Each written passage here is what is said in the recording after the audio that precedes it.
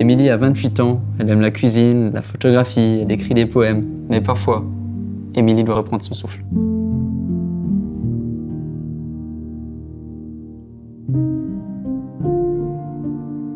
Comme 1361 autres Belges, Émilie a la mucoviscidose et elle veut plus d'espace pour respirer. C'est quoi la muco et qu'est-ce que ça signifie pour toi dans l'absolu? De manière générale, la muco, qu'est-ce que ça provoque? En fait, toute personne saine a du mucus dans son corps et avec la muco, en fait, simplement, ce mucus va s'épaissir et provoquer justement un peu l'obstruction à certains niveaux, donc principalement les poumons et le pancréas. Donc, dans les faits, on dit souvent qu'on ne voit pas qu'une personne a la mucoviscidose, mais qu'on l'entend, parce qu'au niveau des poumons, ça va provoquer des sécrétions qui sont voilà, assez difficiles à expectorer. Et avec tout ça, comment est-ce que tu fais pour contrôler cette maladie? Je veux dire, dans le quotidien, on doit prendre beaucoup de médicaments. Et puis, à côté de ça, il y a évidemment le volet plutôt tourné vers le respiratoire, puisque chaque jour, au minimum, on doit faire 2 aérosols, donc 2 séances de kiné, de façon autonome. Chaque jour, 2 fois minimum. Donc, c'est très intensif et c'est parfois pas toujours facile de combiner ça avec le reste de notre vie. Et est-ce que cette maladie te fait galérer ou t'empêche à réaliser tes rêves?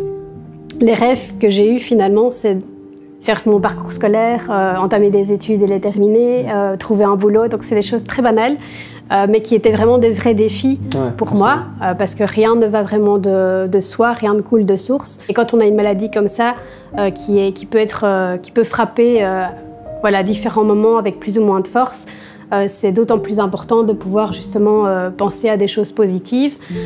Donc moi, voilà, mon motto, c'est de me dire que tout est possible. Simplement, voilà, il ne faut pas se mentir. Ça demande des adaptations, ça demande voilà, de la compréhension des gens qui nous entourent. Ça demande beaucoup d'organisation aussi. Je suis chaud à te montrer un tour avec 2 pièces. J'ai juste 50 centimes et 1 euro, tu vois. Ok. Mets ta main gauche comme ça, bouge pas. Je te mets les 2 pièces sur ta main, 1 euro et 50 centimes. Mets ton autre main genre, comme ça. Fais ça. Tu peux regarder, t'as plus que 50 centimes. Il est 1 euro. Je t'ai pas touché, hein? Non. T'es sûr, hein? Ouais. Regarde sous le cadran de ta montre. Qu'est-ce que, selon toi, les autres doivent savoir par rapport à la muco, par rapport à ton style de vie, par rapport à la maladie, par rapport à tout ça? Pour moi, la mucoviscidose, ça n'empêche pas voilà, d'être heureux, de se faire des souvenirs, d'avoir des expériences. J'ai aussi fait ma rébellion, j'ai aimé, j'ai été quittée, j'ai fait mes expériences aussi, j'ai fait mon parcours, j'ai trouvé un boulot dans lequel je m'épanouis à fond, en travaillant à plein temps. Donc pour moi, la maladie n'impacte pas tout ça. La maladie n'empêche pas de faire ce qu'on veut. Et donc, c'est pas parce qu'on a la muco qu'on est condamné. Simplement, c'est justement, on n'a pas peur de mourir, on a juste la rage de vivre, en fait. C'était beau, ça. Ouais. Ça c'était beau, ça. Waouh. Puis avant, on discute, et je sais pas si t'as remarqué un truc, mais on est hyper raccord sur les chaussettes. On a les mêmes chaussettes, genre vraiment. Et par rapport à ces chaussettes, pourquoi est-ce que les gens doivent acheter ces chaussettes? Acheter les chaussettes, en fait, c'est soutenir l'association Muco. Et soutenir l'association Muco, c'est faire en sorte que la recherche contre la muco avance. Parce que c'est par ce moyen-là que les jeunes qui naissent aujourd'hui avec la mucoviscidose pourront, dans 20 ans, regarder l'avenir avec confiance et y croire simplement en une vie meilleure et normale.